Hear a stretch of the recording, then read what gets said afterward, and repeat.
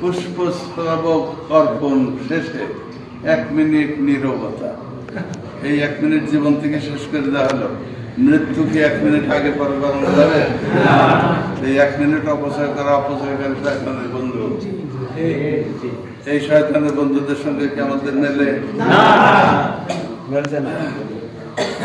সম্মানিত উপস্থিতি, ভাষা আন্দোলন, ভাষা কেড়ে নিয়েছিল কারা? পাকিস্তানের যারা শাসক হয়েছিল, কায়েদ আজম পূর্ব পাকিস্তানে তখন আসে 10 দিনের জন্য। বিভিন্ন হোটেলে তাকে সেবা যত্ন করা হয়, বাচ্চাটারা তাদেরকে সেবা যত্ন করেছে। তিনি এসে ঘোষণা করলেন যে উর্দু হবে বা জাতীয় ভাষা, রাষ্ট্রভাষা, এবং সবাই মানতে বাধ্য। পল্টন ময়দানে জয় জাকার উঠল, রাস্তায় রাস্তায় মিছিল হতে লাগলো, গুলিগাল্লাও কিছু হলো, কিছু পালিয়ে গেল। তারপরের দিন বললো না, এ হয় না, সহ্য করা যাবে না, জীবন যায় যাবে, মাতৃভাষা কেড়ে নিতে দেওয়া যাবে না। মিছিলের পর মিছিল, বিভিন্ন জায়গায় ব্যারিকেড, গুলিগাল্লাও হয়েছে। তারপরে সালাম বরকত সহ অসংখ্য ছেলেরা এই মিছিলে যোগ দিয়ে নিজেদের জীবন দিয়েছে, কিন্তু মিছিল থেকে সরে যায়নি। তারা তাদের কথা হলো যে কায়েদ আজম মোহাম্মদ আলী জিন্নাহ, তুমি যত বড় লাঠি হও না কেন, পূর্ব পাকিস্তান থেকে সরে যেতে দেব না, এর স্বীকৃতি না দেওয়া পর্যন্ত।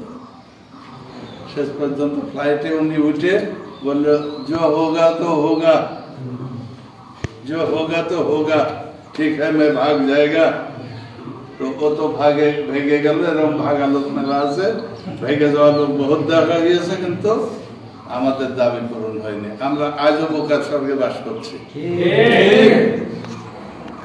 পুষ্পস্তবক অর্পণ করছে, সেখানে ঢল নেমে যাচ্ছে, ছোট ছোট বাচ্চা নিয়ে ওখানে হাঁটছে আর যাচ্ছে, পুষ্পস্তবক অর্পণ করছে। আবার 1 মিনিট 2 মিনিট অপেক্ষা করে তো দূরে করে, কুকুরের সঙ্গেও সময়তে লড়া শুরু হয়ে যাচ্ছে। আমরা এটা চাইনি। সম্মান দেব শহীদদের ঠিক, কিন্তু সম্মান দিয়ে অপমান করবার পুজো সৃষ্টি করবে, এটা হয় না। আমরা উৎখাত চাই, এই নিয়মটা প্রতিপালন না করা আমরা উচিত মনে করবো। শরীয়তের লঙ্ঘন, পুজোর সামিল, এই জিনিসটা আর হতে আমরা দেব না। না, এই চাইনি, দিতে দেব না বলতে গেলে যখন তো লড়াই বাড়বে, প্রশাসনের সঙ্গে লড়াই রাখবে। আমরা এখন প্রস্তুতি নেই, প্রতিবাদ এই কাজ চলে না। ওই ঠেলার মাথায় ফুল দেব আর এরকম করে হা করে তাকিয়ে দেখবো, এটা কোনো বিধান নাই। এখন স্কুল কলেজে ছেলেপিলে লেখাপড়া করছে কিভাবে দেখেছেন জানেন?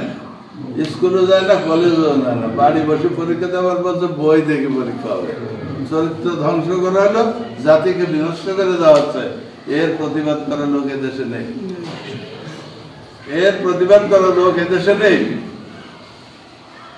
একমাত্র ইসলামী আন্দোলনের যারা নিষ্ঠাবান মানুষ, তারাই একাধারে দাঁড়িয়ে থাকবে, জীবনটাকে বাতিল বলে গণ্য করবে, আর এর প্রতিবাদে জীবনটা দিয়ে দেবে। এই হলো কাজ।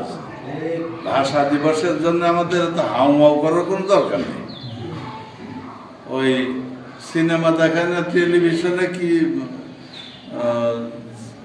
কি জি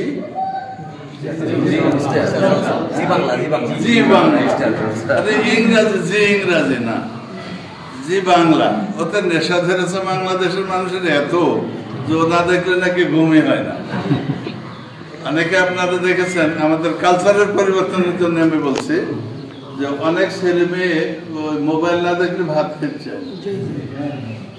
অনেকের বউ আবার টিভি না দেখলে ভাত খাচ্ছে না, মনে হয় কি না? কোথায় যাচ্ছে আমাদেরকে নিয়ে?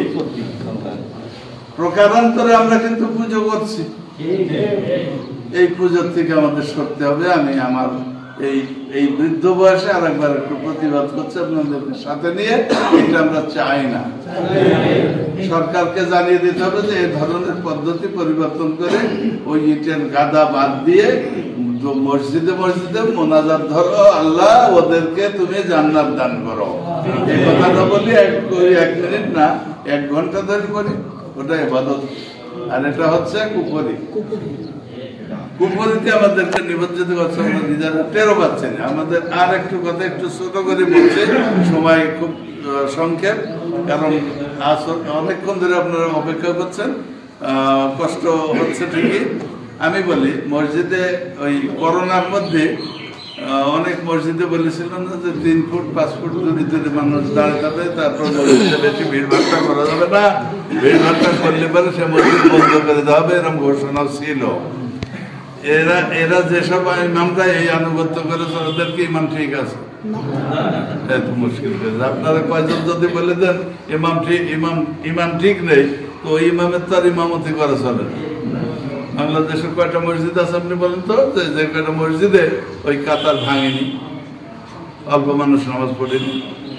এই মসজিদে ওই কাজ করতে আসছিল ডিসি সাহেব, এসপি সাহেব, আমরা পরিষ্কার বলে দিয়েছিলাম যে এটা চলবে না, আপনি পারলে ইমামতি করেন এখানে এসে। এখন মসজিদে মানুষ কাতারবদ্ধ হয়ে নামাজ পড়ে, আমরা শুনবো না। আমরা এখন শুনবো না,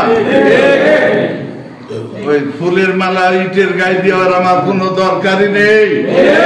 পত্রিকায় প্রচার করতে হবে যে জামাত ইসলামের লোকরা ওটা চায় না, মুসলমানরা মুসলমানের তো হারাতে চায় না। বাংলাদেশের মানুষের জন্য ভাষা বাংলার আরো শক্ত করে সারা বিশ্বে প্রচার হোক আমরা কামনা করি। ওই দিনে যারা শহীদ হয়েছে তাদের জন্য আমরা আল্লাহর কাছে ফরিয়াদ করি, আল্লাহ তাদের মাফ করে দাও। গুনাহ তাদের থাকতে পারে, আমরা জানি না, আল্লাহ ইচ্ছা করলে সবকে ক্ষমা করে দিতেও পারে, আমাদেরকেও ক্ষমা করে দাও আল্লাহ। আমরা ওই প্রতিবাদ করছি, এই শহীদ মিনারে ফুল দেব না, শহীদ মিনার আমরা দেশে থব না, মূর্তি রাখবো না, মূর্তির পুজো করবো না। আমরা মুসলমান, কাফের হতে চাইনি, আমাদেরকে আল্লাহ তুমি মাফ করো, বাঁচাও। এই কথাগুলো বলে আপনাদের হৃদয় কঞ্জেতে আমি আকর্ষণ করছি। আমরা প্রকৃত মোমেন হতে চাই, কাফের মোমেন হতে চাই। এই মোমেন হব, ভাষা দিবসকে সম্মান করব, ভাষা দিবসে যারা শহীদ হয়েছে তাদেরকে স্মরণ করব। আর যারা ভুল করে আমাদের উপর অন্য ভাষা চাপিয়ে দিতে চেয়েছিল, তারা তো জবরদখল করতে চেয়েছিল, পারেনি, পরাজিত হয়েছে। সেই পরাজিতদেরকে কি আমরা বলবো যে আল্লাহ দোজখে দাও? তারা পরাজয় যুদ্ধে লড়াই করে, কেউ হারে কেউ জেতে।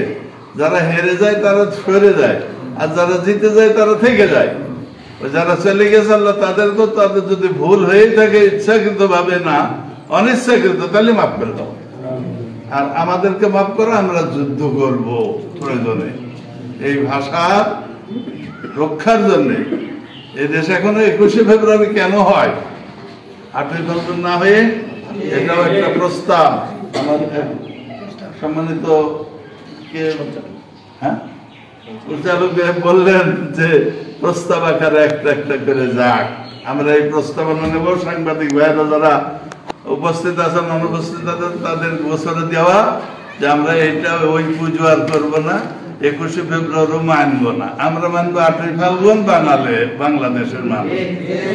আর আল্লাহর কাছে আমরা এই কারণে জ্ঞান চর্চা করবো। ওই কায়দা আজম মোহাম্মদ আলী জিন্না যে পরিকল্পনা নিয়েছিল, সে পরিকল্পনা তো বানচাল হয়ে গিয়েছে। এখন আমাদেরকে সুস্থ রাখার জন্য জি বাংলা টাংলা এগুলো আর আমরা দেখবো না। আমরা কাপড় পরবো, জামা কাপড় পরে আল্লাহর ইবাদত করবো, আল্লাহর সন্তুষ্টি অর্জনের জন্য।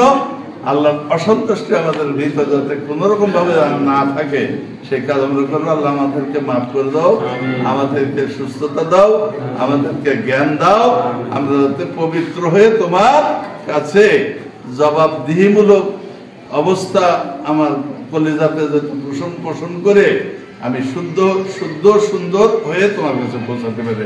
আল্লাহ আমাদের সবাইকে মাফ করুন, তৌফিক দান করুন, আমাদেরকে কবুল করুন। আমিন। আসসালামু আলাইকুম ওয়া রাহমাতুল্লাহ।